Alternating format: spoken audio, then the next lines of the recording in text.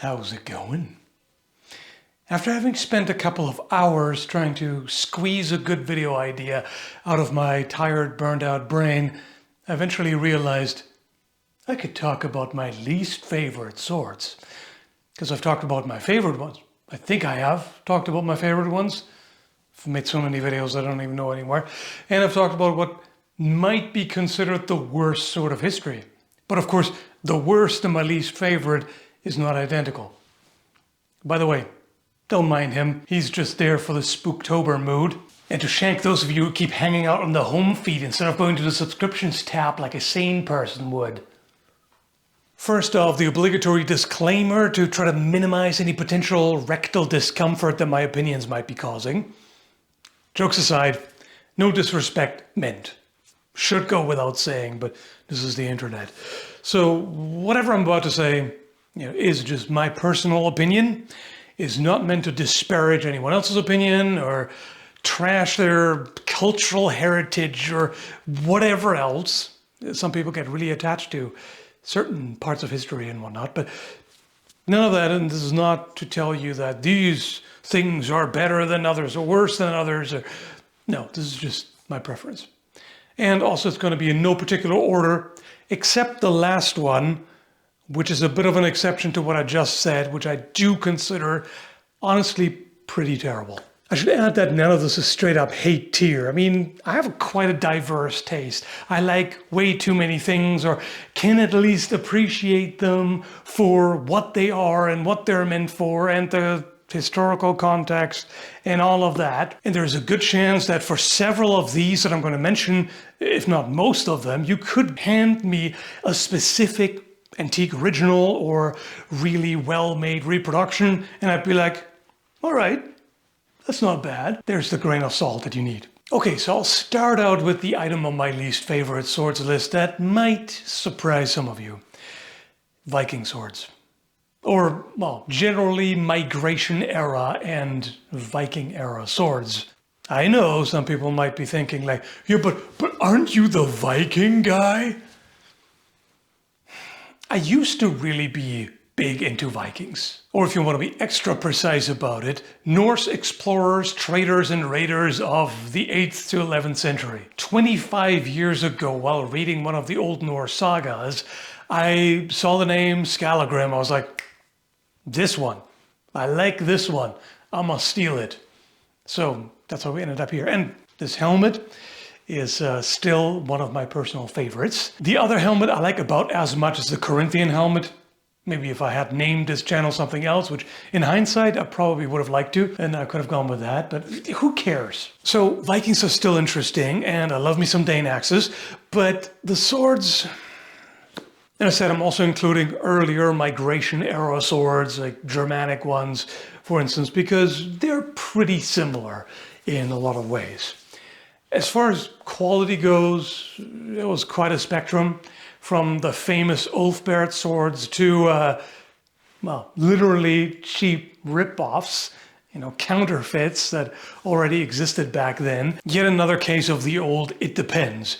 Where it doesn't depend, at least relative to my personal taste, is the hilt. I've had a number of Viking swords over the years, over the decades, and, I try to make it work. I try to figure it out because there's a lot of disagreement, discussion about how to use them. Because there's this huge pommel and relatively short grip, and so different people have different opinions on how you're supposed to use them or how they did. So, there's the handshake grip, there's the basically holding mostly onto the pommel, there's the, being locked into a hammer grip, there's so many different interpretations, right?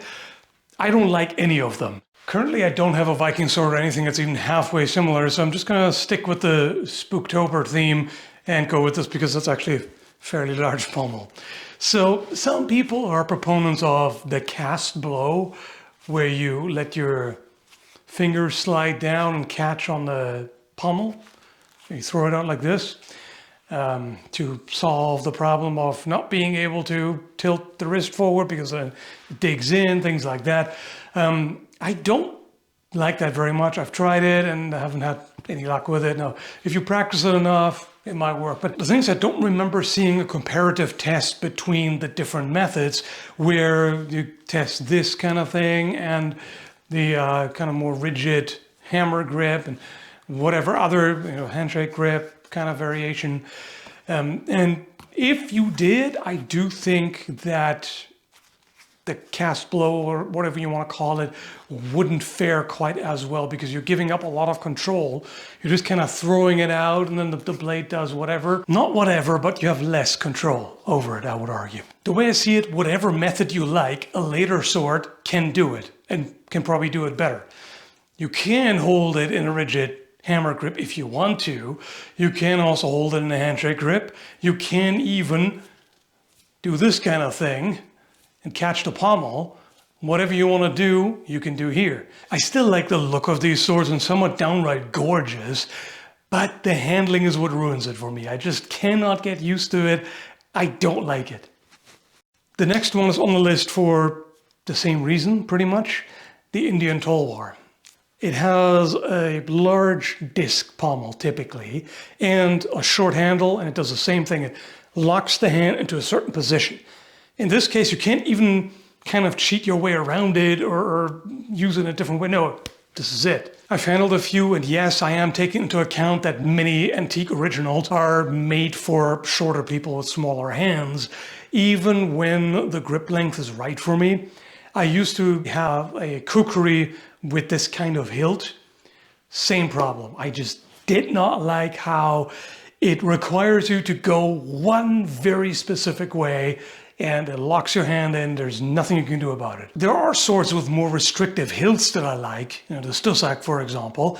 It also has a fairly short grip, and you can't do all the messer shenanigans, for example, of using a thumb grip and all kinds of different versions of whatever the hell you want to do. It is a sizable pommel that catches your hand and prevents it from slipping off, which is good. You have the thumb ring, so it's clearly intended to be used either in a hammer grip or in just a slight handshake grip, which I kind of even doubt, but at least something sort of in between, right? But here you get a lot for it, right? So yes, you don't have as many grips available, but this really protects your hand perfectly. You've got that, you've got that, you've got, the quillons. You don't need a shield, but you could still use it with one if you wanted to and work around the shield, and it doesn't really get in the way. You can even kind of support the shield like that. Not as well as with Viking style swords, but yeah, it's not a problem. But props to Indian swords. Unlike migration or Viking era swords, they can have hand protection like a D-guard if you are trained in the use of them. In the particular martial art that goes with this type of sword, you wouldn't consider that a disadvantage. That goes without saying. You would look at other kinds of sword and be like, why aren't they like that? That's stupid.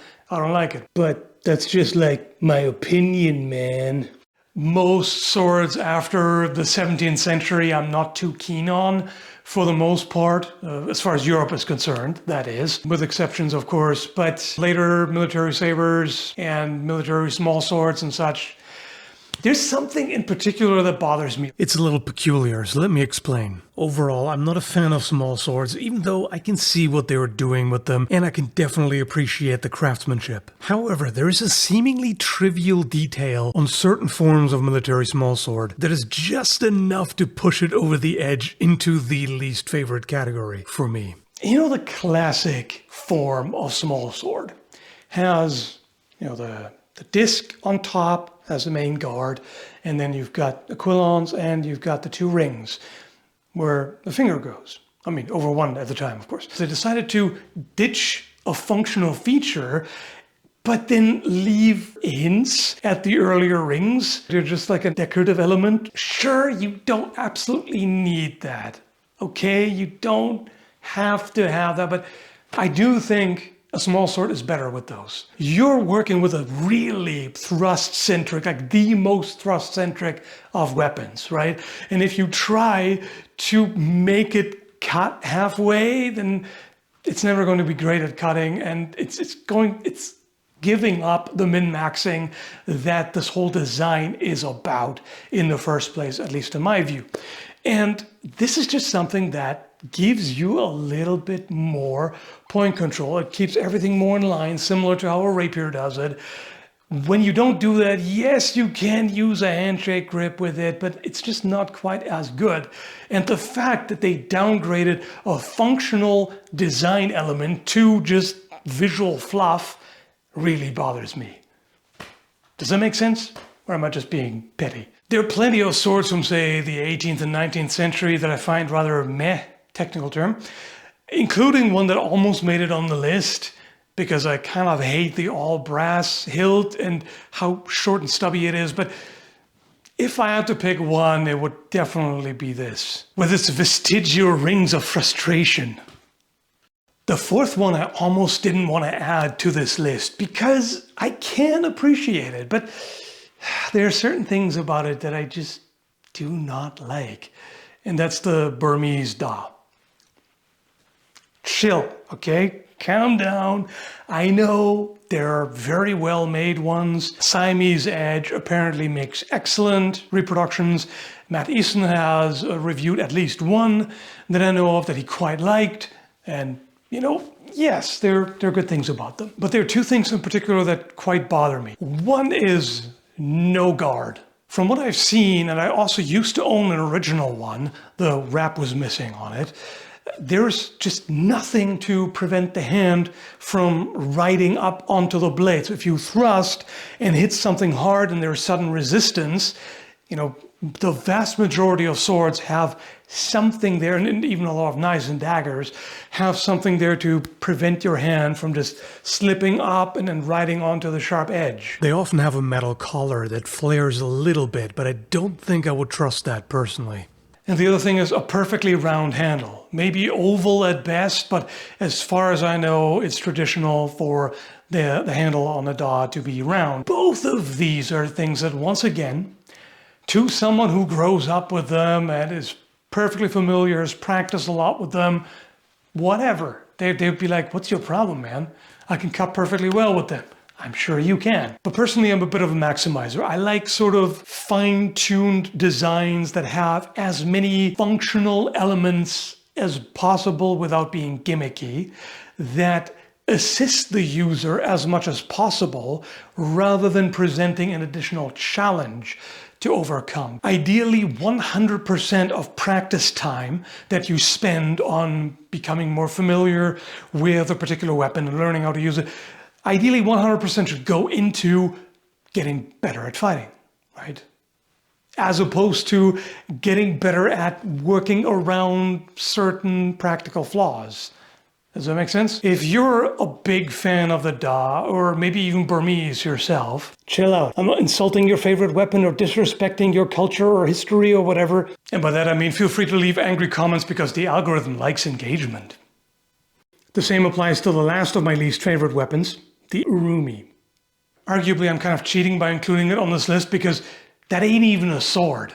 I mean, whip sword is what it's called. It's a little questionable, but it has a sword hilt. There are two main things that bother me about that. One, it's an extremely ineffective weapon, and two, it's extremely overrated. No, really, when you search Urumi on YouTube, for example, you see all these India's most lethal weapon titles and things like that, which are all just demonstrations, by the way. Cool looking ones at quite an impressive speed with a lot of control. It's a cool display of skill. And everybody always talks about how much of a danger it is to the user. Yeah, you don't say. When it comes to practical demonstrations of how effective it is, what it can do, crickets.